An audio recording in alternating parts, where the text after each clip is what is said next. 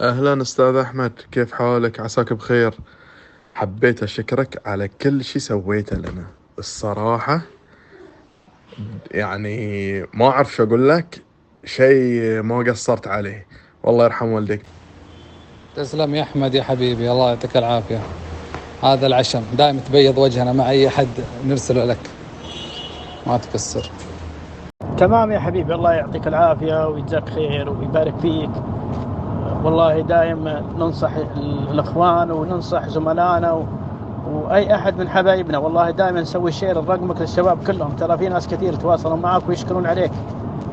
مرسلهم والله من طرفي، لكن الله يعطيك العافية، حتى قايل لهم والله لا تقولون من طرف أبو محمد نايف، الراجل مستنصح وبيخدمكم بعيونه. بس الله يجعل كل ما قمت فيه في ميزان حسناتك يا حبيبي. جزاك الله خير استاذ احمد، جزاك الله خير، الله يطول عمرك، الله يرضى عليك، مشكور مشكور ما قصرت.